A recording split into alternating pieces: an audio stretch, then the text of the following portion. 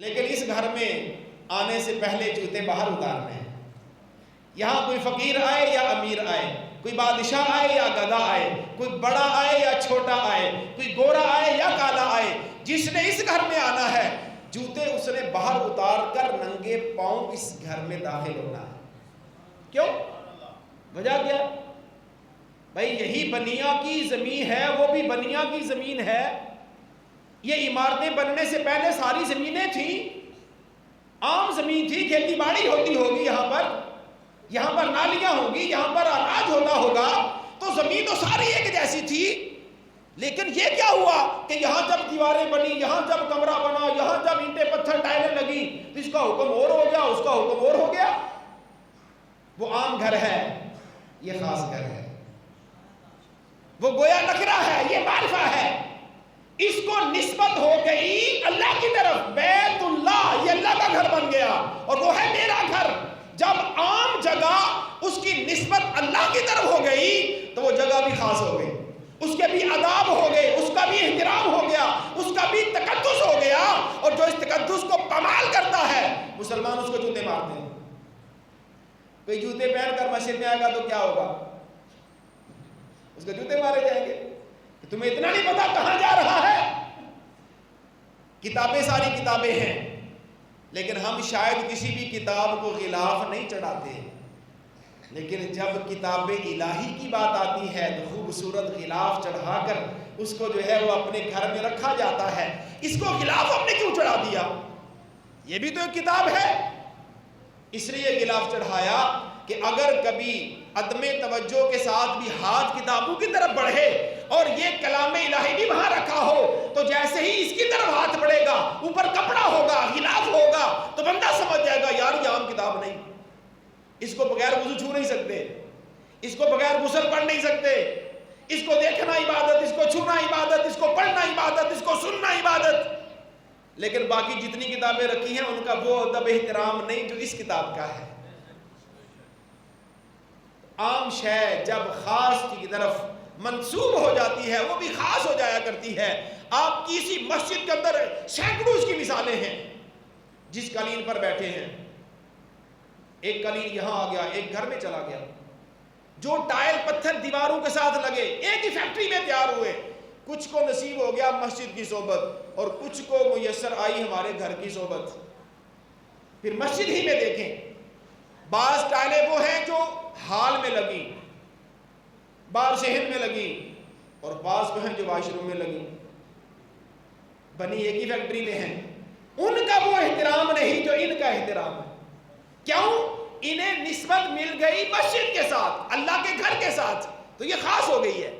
اور جب چیز خاص ہوتی ہے تو پھر وہ اپنے ان سارے تقاضوں کے ساتھ خاص ہوتی ہے جس کی اس کی چاہت ہوتی ہے. مسجد کا ادب ہے، اندر قالین آ گیا، اس کا بھی وہی ادب ہے. اندر ٹائل لگ گئی، پتھر لگ گیا، اس کا بھی وہی ادب بن گیا. حتیٰ کہ علماء نے یہاں تک لکھا ہے کہ مسجد کا جو ہم جب صفائی کریں نا، اس کے اندر سے جو ڈسٹ نکلے، جو مطلب گند اس کو نہیں کہتے، تنکے وغیرہ نکلیں، تو اسے بھی عام گندگی کی جگہ پہ نہ پھینکا جائے. کیوں بھائی؟ اگر سونار کا کوڑا بک سکتا ہے کہ وہاں کہیں سونے کے ذرات شاید مل جائیں، انہیں بھی چھان چھان کے چیک کیا جاتا ہے. بلکہ اگر آپ اگر اس کو بغور اس پر تھوڑی توجہ کریں تو سوناروں کی جو مارکیٹ ہوتی ہے نا، اس کے بھنگی بھی خاص ہوتے ہیں. وہ صفائی کرنے والے وہ گٹر کی نالیوں کے اندر سے بھی چھان رہے ہوتے ہیں کہ کہیں شاید سونے کے ذرات یہاں پانی میں نہ آ گئے ہو. اللہ کے گھر کا ایسا ادب ہے کہ اس کے کوڑا کرکٹ کا بھی وہ حکم نہیں جو ہمارے گھر کے کوڑا کرکٹ کا ہے. بظاہر تو وہ ڈسٹ ہے، بظاہر تو وہ مٹی ہے، بظاہر تو وہ تنکے ہیں، لیکن ان تنکوں کا تعلق بھی تو کس کے ساتھ ہے؟ اللہ کے گھر کے ساتھ. مومن ہے نا، مومن کے ناخنوں کا کیا حکم ہے؟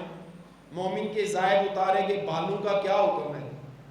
اس کو عام نالی میں بہایا نہ جائے بلکہ زمین میں دفن کیا جائے. مستحب یہ ہے کہ ناخن زمین میں دفن کریں، بال بدن سے جدا ہوں تو ان کو زمین میں دفن کیا جائے. کیوں؟ کہ مومن کی شان ہے، اور جو شے مومن کے ساتھ ملی ہے وہ بھی شان والی ہو جاتی ہے. اس کو بھی کسی نہ کسی انداز کے اندر احترام دیا جاتا ہے. ایمان والے کی قبر کے اوپر پاؤں رکھنا منع کیوں ہے؟ حالانکہ وہ تو مٹی پر پاؤں رکھ رہا ہے. نہیں، اس کے اندر مومن موجود ہے. اس لیے مومن کی قبر کے اوپر پاؤں رکھنا بھی منع، سر رکھنا بھی منع، ٹیک لگانا بھی منع. تو قرآن یہ تو ہے ہی رب کی کتاب، کلام الہی.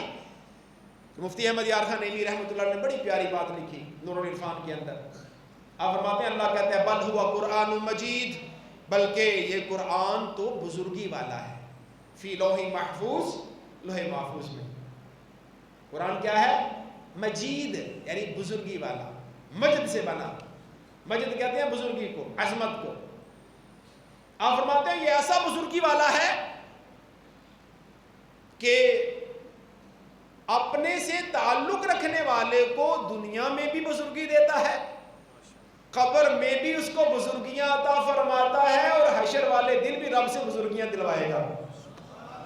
یہ ایسا بزرگی والا ہے. اب آپ بولیں گے دنیا میں کون سی بزرگی دی قرآن نے؟ جو قرآن کا قاری ہوا بزرگ ہوا کہ نہ ہوا، جو قرآن کا حافظ ہوا اس کا ادب و احترام ہوا کہ نہ ہوا، اس کو مصلی امامت پر کون کھڑا ہو رہا ہے؟ جس کا قرآن سے تعلق ہے. جس نے کیمسٹری فزکس بایو پڑھی اس کو آپ امام نہیں بنائیں گے. امام کون بنے گا؟ جس کا قرآن سے تعلق قائم ہو گیا. تو یہ قرآن بزرگیاں بانٹنے والی کتاب، خود بھی بزرگ کتاب ہے، اور اس کے ساتھ جس کا تعلق ہو گیا اس کو بھی اس قرآن نے بزرگ بنا دیا. مجھے آتے ہی بتایا گیا کہ یہ ہمارے تقریباً سارے بنیا کے استاذ ہیں. استاذ اسلم صاحب، نام بھی بڑا پیارا، اسلم، سلامتی والے. تو انہوں نے کیا میتھ پڑھایا، کیمسٹری پڑھائی، بایو پڑھائی، اردو پڑھائی، کیا پڑھایا؟ فزکس پڑھائی. کسی کو میتھمیٹیشین بنایا، یا کسی کو فزیشین بنا دیا، کسی کو کیمسٹ بنا دیا. کیا بنایا انہوں نے؟ اللہ کا قرآن پڑھایا ہے، جس کے بارے میں خود میرے آقا صلی اللہ تعالیٰ علیہ وسلم نے ارشاد فرمایا خیرکم من تعلم القرآن وعلمہ، تم میں سے سب سے بہترین بندہ وہ ہے جس نے قرآن سیکھا اور دوسروں کو سکھایا. خیرکم یعنی یہ سپرلیٹو ڈگری ہے، تم میں سے دی بیسٹ وہ بندہ ہے. کون؟ جس کے مربع زیادہ ہیں، جس کی پراپرٹیاں زیادہ ہیں، جس کا بینک بیلنس زیادہ ہے؟ نہیں. جو لمبے اونچے قد والا ہے؟ نہیں. جو اعلیٰ خاندان والا ہے؟ نہیں. بلکہ میں خیرکم، تم میں سے سب سے بہترین بندہ وہ ہے جس نے قرآن سیکھا اور سکھایا. تو ظاہر ہے سکھانے والا پہلے سیکھتا ہی ہے. پہلے وہ طالب العلم بنتا ہے تو پھر استاذ بنتا ہے. ٹھیک ہے؟ ہاں نبی اس سے مستثنا ہوتے ہیں، وہ ڈائریکٹ استاذ ہوتے ہیں، وہ کسی کے شاگرد نہیں ہوتے. یہ بھی اللہ پاک نبیوں کو ایک عظمت عطا فرماتا ہے. کیوں؟ اللہ تبارک و تعالی اپنے انبیاء سے ہر اس شے کو دور رکھتا ہے کہ کسی بھی موقع پر زندگی کے اندر کوئی نبی کو یہ تانا نہ دے سکے اس کو تو ہم نے سکھایا، اس کے استاذ تو ہم ہیں. نہ نہ نہ، اللہ کے محبوب فرماتے ہیں ادبانی ربی فاحسن تادیبی، لوگوں بظاہر میں نے کسی سے نہیں سیکھا لیکن میرا رب مجھے سکھاتا ہے اور بہترین سکھاتا ہے. نبی کی تربیت رب فرماتا ہے، اسے نبی کہیں خطا نہیں کرتا، نبی خطا سے معصوم ہوتا ہے. نبی خطا کر ہی نہیں سکتا. کیوں کرے؟ اس کا سکھانے والا تو جب رب ہے تو کیسے کرے گا؟ کسی کو میں سکھاؤں تو وہ شاگرد خطا کر سکتا ہے، کسی کو آپ نے سکھایا ہو تو وہ خطا کر سکتا ہے، لیکن جس کی تربیت رب فرما دے گا وہ پھر خطا سے پاک کر دیا جاتا ہے، وہ خطا سے محفوظ اور معصوم ہو جاتے ہیں. اس لیے انبیاء کرام، آپ ہر نبی کو کسی کی بھی سیرت اٹھا کے دیکھیں، کوئی نبی کسی بندے کا شاگرد نہیں رہا. ہر نبی کی تربیت رب نے فرمائی، ادب رب نے سکھائے. اور ایسا کیوں نہ ہو، یہ نبی کی عظمت کے لیے ہے. اگر میں یہ کہوں نا کہ میں ہوں امی، یعنی میں ہوں ان پڑھ، تو یہ میری تعریف ہے یا برائی؟ برائی ہے. ان پڑھ بندہ ہے، یہ کیا ہوگا، ان پڑھ یہ پڑھے ہی کو نہیں. لیکن جب لفظ امی لگے گا نا نبی کے ساتھ تو یہ نبی کی فضیلت ہے، یہ نبی کی عظمت ہے. لفظ وہی ہے وہ عربی کا لفظ نعیم کے ساتھ لگا تو نعیم کے لیے عیب بن گیا، لیکن جب وہی لفظ نبی کے ساتھ لگ گیا تو نبی کی شان اور فضیلت بن گیا۔ کیوں؟ میرے ساتھ امی لگے گا تو مطلب یہ ہے یہ ان پڑھ ہے، لیکن جب نبی کے ساتھ امی لگے گا تو مطلب یہ ہوگا یہ وہ بندہ ہے کہ جس کا دنیا میں کوئی استاد نہیں ہے، جس کا دنیا میں کوئی استاد نہیں ہے، بلکہ رب نے انہیں سکھایا ہے۔ الرحمن علم القرآن خلق الانسان علمہ البیان، اللہ کہتا ہے رحمان ہے جس نے قرآن سکھا دیا اپنے بندے کو۔ تو جب قرآن سیکھ آ گیا نبی کو تو نبی کو اور کس شے کی ضرورت باقی رہی؟ قرآن میں تو میتھ بھی ہے، قرآن میں تو کیمسٹری بھی ہے، قرآن میں تو بایو بھی ہے، قرآن میں ہر چیز کا بیان ہے۔ یہ کیمسٹری بایو تو بڑے تھوڑے علم ہے نا، قرآن میں جہاں دینی علوم ہے وہاں سائنسی علوم بھی ہیں، ٹھیک ہے۔ یہ ایک الگ بات ہے کہ مسلمان بیچارہ سائنس پڑھ کے پاگل ہو جاتا ہے اور قرآن پر اعتراض کرنے لگ جاتا ہے۔ قرآن کریم کے اندر کیسے سائنسی علوم ہے؟ اب بولے گے جی ہم نے تو نہیں کبھی سنا قرآن میں سائنسی علوم کا بھی تذکرہ ہو۔ اللہ اکبر۔ امام فخر الدین رازی رحمۃ اللہ تعالی علیہ جنہوں نے تفسیر کبیر لکھی، آپ کا زمانہ فلسفے کے عروج کا زمانہ تھا، اس میں فلسفہ جو ہے یہ بڑے اپنے فن فلسفہ بڑے عروج پر تھا، اور فلاسفہ جو لوگ تھے یہ اسلام پر فلسفے کے رنگ میں اعتراض کرتے تھے۔ اب جواب دینے کے لیے کیا کرنا پڑا؟ علماء کو فلسفہ سیکھنا پڑا، کیونکہ دین پر اعتراض ہوگا تو جواب کس نے دینا ہے؟ علماء نے دینا ہے۔ عوام تو بیچاری دینے سے رہی، یا کالج یونیورسٹی کا پڑھا ہوا تو دینے سے رہا، اس نے تو کچھ اور پڑھا ہوا ہے، جو جس نے پڑھا ہوتا ہے اسی کے اعتبار سے اس نے اس کے تقاضے پورے کرنے۔ آپ رحمۃ اللہ علیہ کے پاس ایک آ گیا فلسفی، کہنے لگا تم لوگ کہتے ہو قرآن میں ہر چیز کا بیان ہے، تو ستاروں کی دو طرح کی حرکت ہے، ایک سیدھی ایک الٹی۔ قرآن میں ستاروں کی سیدھی حرکت کا ذکر تو ہے، الٹی کا کوئی نہیں۔ آپ نے فرمایا تو نے کون سی آیت سے یہ سمجھا کہ قرآن میں ستاروں کی سیدھی حرکت کا ذکر ہے؟ کہنے لگا قرآن پاک میں ہے کل فی فلک یسبحون، کل فی فلک، یہ جو الفاظ قرآن کے ہیں ان سے ثابت ہوتا ہے کہ ستاروں کی سیدھی حرکت کو قرآن بیان کر رہا ہے۔ آپ رحمۃ اللہ تعالی علیہ نے فرمایا اسی آیت سے ستاروں کی الٹی حرکت بھی ثابت ہوتی ہے۔ اس نے کہا حضرت وہ کیسے؟ کہا کل فی فلک کو الٹا پڑھو، کل فی فلک، آپ جب لکھ کے کریں گے نا آپ کو زیادہ سمجھ آئے گی۔ اب جب کل فی فلک کو الٹا پڑھا جاتا ہے تو پھر بھی کل فی فلک ہی رہتا ہے، الفاظ نہیں بدلتے۔ یوں پڑھو کل فی فلک، یوں پڑھو کل فی فلک، تو فرمایا یہی آیت ستاروں کی سیدھی حرکت کو بھی ثابت کر رہی ہے اور یہی آیت ستاروں کی الٹی حرکت کو بھی ثابت کرتی ہے۔ اب یہ ایک سائنسی علم ہے، زمین ساکنہ کے متحرک، اسلام کہتا ہے کہ ساکن، قرآن کہتا ہے ساکن، حدیث کہتی ہے ساکن، صحابہ کہتے ہیں ساکن، سائنسدان آج کا کہتا ہے کہ متحرک حرکت میں ہے، لیکن قرآن و سنت اس کو ساکن کہہ رہے ہیں۔ قرآن میں اللہ پاک نے ہر چیز کا بیان رکھا، اب پڑھنے کی دیر ہے بندے کے لیے۔ جب مومن اس قرآن سے اپنا تعلق مضبوط کرے گا تو یہ قرآن کیسی بزرگیاں دے گا، اللہ اکبر۔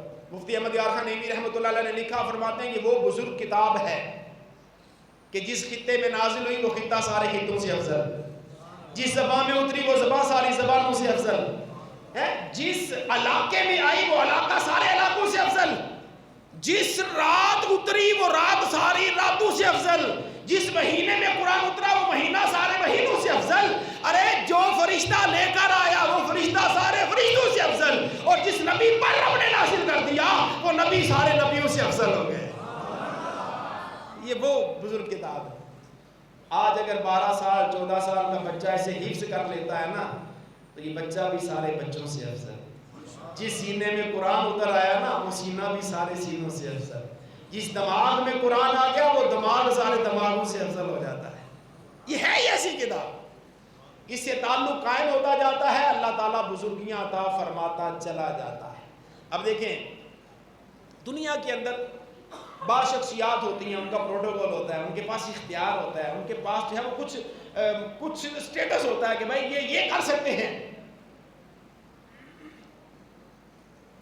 اسی طرح اللہ تعالی قیامت والے دن اپنے بعض مخصوص بندوں کو بھی اختیار عطا فرمائے گا. ان میں سے حافظ قرآن کا اختیار کیا ہے؟ اللہ اکبر. میرے آقا صلی اللہ علیہ وسلم نے فرمایا من قرأ القرآن فاستظہرہ، جس نے قرآن کو پڑھا پھر اسے یاد رکھا، فأحل حلالہ وحرم حرامہ، اس کے حلال کو حلال سمجھتا رہا، اس کے حرام کو حرام سمجھتا رہا، اللہ اسے قیامت والے دن کیا عظمت اور بزرگی عطا فرمائے گا. میرے آقا فرماتے ہیں فشفعہ فی عشرۃ من اہل بیتہ کلہم قد وجبت لہم نار. میں اللہ قیامت والے دن اس حافظ قرآن کو، جس نے قرآن یاد رکھا، قرآن یاد کیا اور اس کو یاد رکھا بھی موت تک، اور اس کے حلال کو حلال جانا، اس کے حرام کو حرام سمجھا، اللہ قیامت والے دن اس کے خاندان کے 10 جہنمیوں کے حق میں اللہ اس کی سفارش کو قبول فرمائے گا. کتنے بندوں کی سفارش کروائے گا؟ 10 کی. کون سے 10؟ جن پر ان کے اعمال کے سبب جہنم لازم ہو چکا ہوگا. یہ حافظ ان اپنے خاندان کے 10 بندوں کی رب کی بارگاہ میں سفارش کرے گا اور اللہ اس کی سفارش کو قبول فرمائے گا. یہ رب نے اپنے محبوب کے ذریعے ہمیں بتا دیا اور میں آپ کو سنا رہا ہوں. حافظ 10 کی سفارش کرے گا.